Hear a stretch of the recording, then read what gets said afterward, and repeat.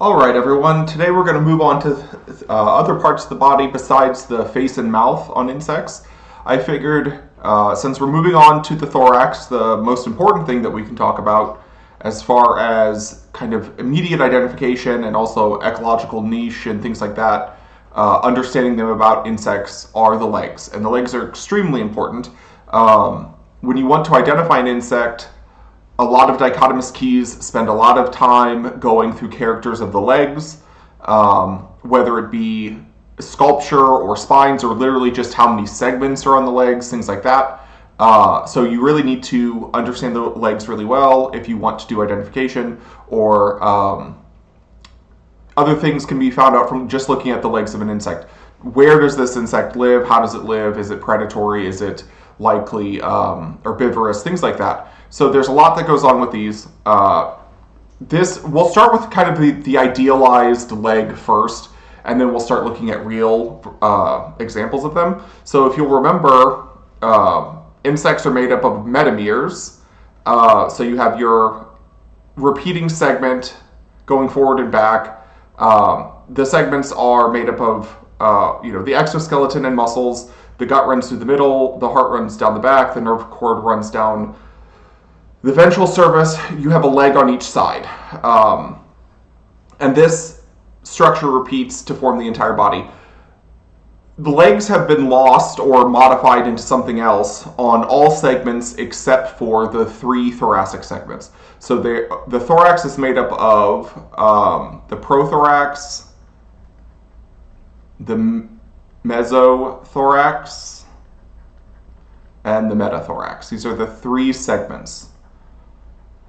The legs are each named after the segment that they occur on. So the first set of legs is the prothoracic segment. The second set of legs are the mesothoracic legs. The third set of legs are the metathoracic legs.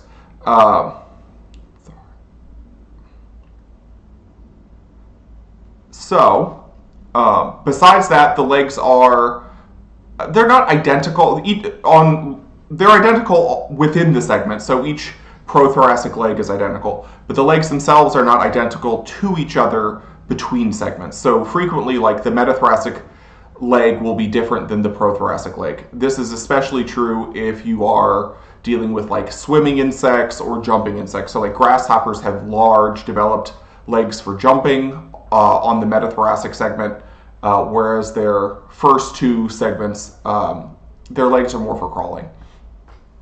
So let me erase this down here, and we'll get into the legs. So within the legs, just like with everything else on an insect, there are segments.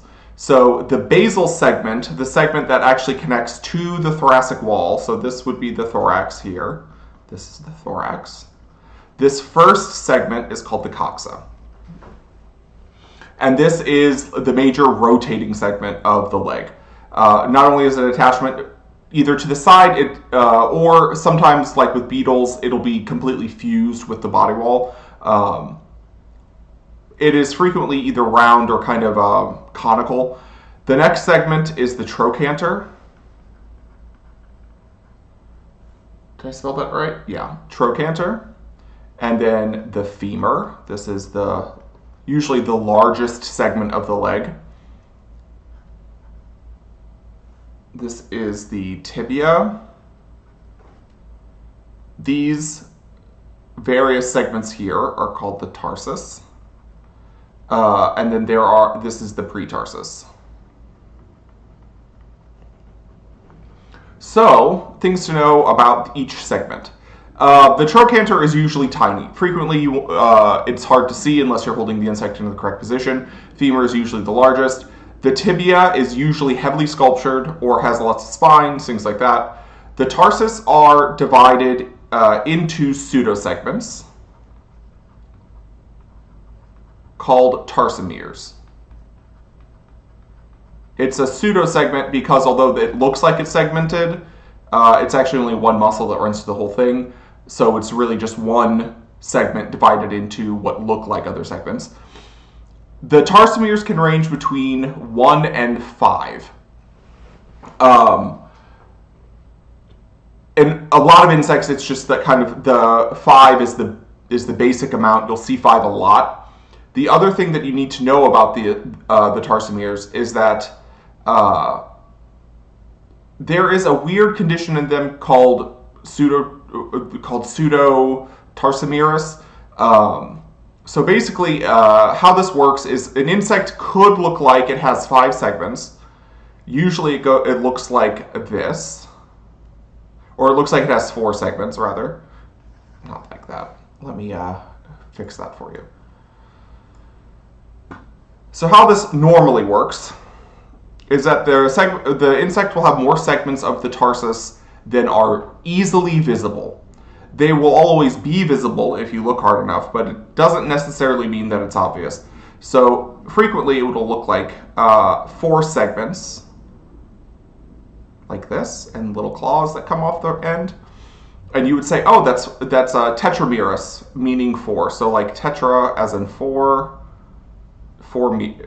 meres, so tetramerous. But if you were to peel back these lobes, you would see another segment hidden behind it. So this is called pseudo-tetramerous.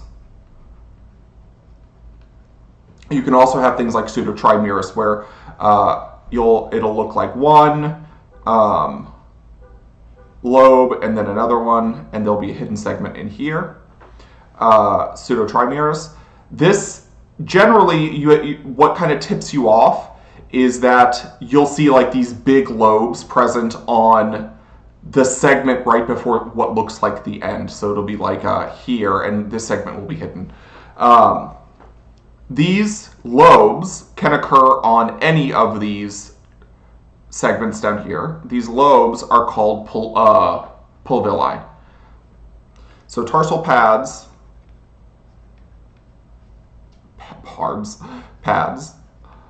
equal pulvilli. And they're pretty common. They're used for gripping surfaces. It's kind of like little suction cups on the feet.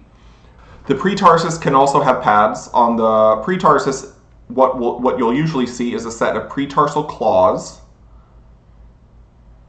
And these can be called unguis as well, or pretarsal claws. And you may see a pad in the middle. This pad equals an aurolium. What you also might see are 2 claws and a long seta. My claws are not very good. And this seta is called an empodium. The empodium is frequently found on flies. The aurolium can kind of be on anything. Flies will also have aureolia. And sometimes the insect won't have a pad or an empodium. It just kind of depends. Other things to look out for. The tibia will frequently be covered in spines and spurs. And the number and placement of the spines and spurs, the size of them, whether or not they're split or toothed, things like that, will help you identify the insect.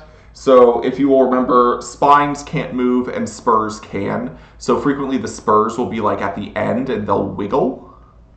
They'll wiggle around a little bit, and the spines will go up the leg. And they'll be fixed. The femur can also have spines and spurs, but they're not, I don't think, as common, at least with the insects that I've dealt with, as the spines and spurs on the tibia. Additionally, depending on the group of insect that you're dealing with, all of these segments might have kind of bizarre sculpture on them. So it's not uncommon for the femur to have lobes on them.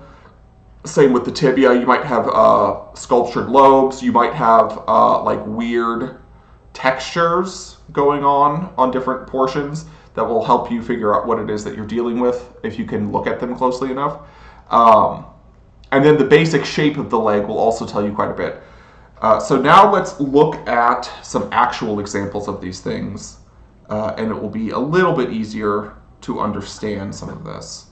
So first thing, let's look at an actual wasp leg. So this is the hind leg or the metatarsal leg of a tarantula hawk. which is a wasp that preys on tarantulas. They generally have very long legs because they use them to pick up the tarantulas. So let me change to yellow here so it's a little easier to see. Back here you have the coxa. You have the trochanter. Let's make this a little darker. Maybe this is too light. You have the trochanter. You have the femur. No good color, huh? Let's go red. You have the tibia. This is the tarsus. And this is the pretarsus. Up front here, you have a set of pretarsal claws. You can also see that the tarsus has 1, 2, 3, 4, 5 segments. So 5 tarsomeres. So no pseudo hidden segments. There's also these 2 on the tibia. There's these 2 large, these are probably what, spurs? These are probably mobile. So these are probably large spurs, and then you can see lots of seta, maybe some little sculptural spines on the tibia here. The trochanter here is actually fairly large. Normally they're not this easy to see. Sometimes it'll just be like a little crescent hidden at the bottom. But the trochanter is large, the coxa is very large, it takes up this whole segment and attaches to the thorax here. And then the femur is actually pretty unsculptured here. Sometimes what you'll see on the femur here is up at the end, up at the end that joins with the distal end that joins with the tibia, you'll see some weird sculpture where the tibia inserts into it, and that can be helpful. There we go. If we come over, you can see the other legs are similar but not identical, right? So you have the coxa, trochanter, femur, tibia. This is the tarsus. And again, the pretarsus here with the claws. Same here, pretarsal claws, coxa, trochanter, femur, tibia, tarsus, pretarsus. Easy enough. Okay, let's see. We can look at some other insects to get some better ideas about other variations. So we have 2 scarabs and I believe a cerambycid here, a longhorn beetle. So one of the interesting things with scarabs is that they frequently have heavily sculptured forelimbs. So here you can see the sculpture on the, this is the tibial sculpture. They frequently use this sort of sculpture for digging because a lot of scarabs lay their eggs underground. And then if you look at the back, this is really important on scarabs, is that they generally have very large pretarsal claws. And the size, shape, and number of the pretarsal claws can be used to help identify them. So you can see here are the 2, and they're not really at the same angle. If we go over to the other scarab, you'll really see the difference. So this is another scarab here. Let me zoom up. So you can see this is another scarab. And these pretarsal claws are split. So it's a strong hook, and there's a basal tooth on both pretarsal claws. Sometimes there's only 1 claw on scarabs, sometimes there's 2. And also interestingly enough is that you'll have different size and shape claws between the 3 legs. So sometimes a dichotomous key will ask you how many claws are there on the metathoracic leg versus like the mesothoracic leg. I don't know if we can see it on this other one. This middle one, the cerambycid, this is the cerambycid that was in the middle. Why I wanted you to see the cerambycid is the tarsus. So this is the tarsus here. Little pretarsal claws up here. It looks like there's 1, 2, 3, 4 segments, but this is a pseudo Tetramerous species. There is a fifth segment at the base here. If you had this under a microscope, you can't see this in the photo. If you had this under a microscope, you would see a hidden fifth segment there. And again, like I said before, frequently with these pseudo-tetramerous species or pseudo-trimerous, this what looks like the penultimate segment is lobed, and in that lobe is where you will find the hidden segment.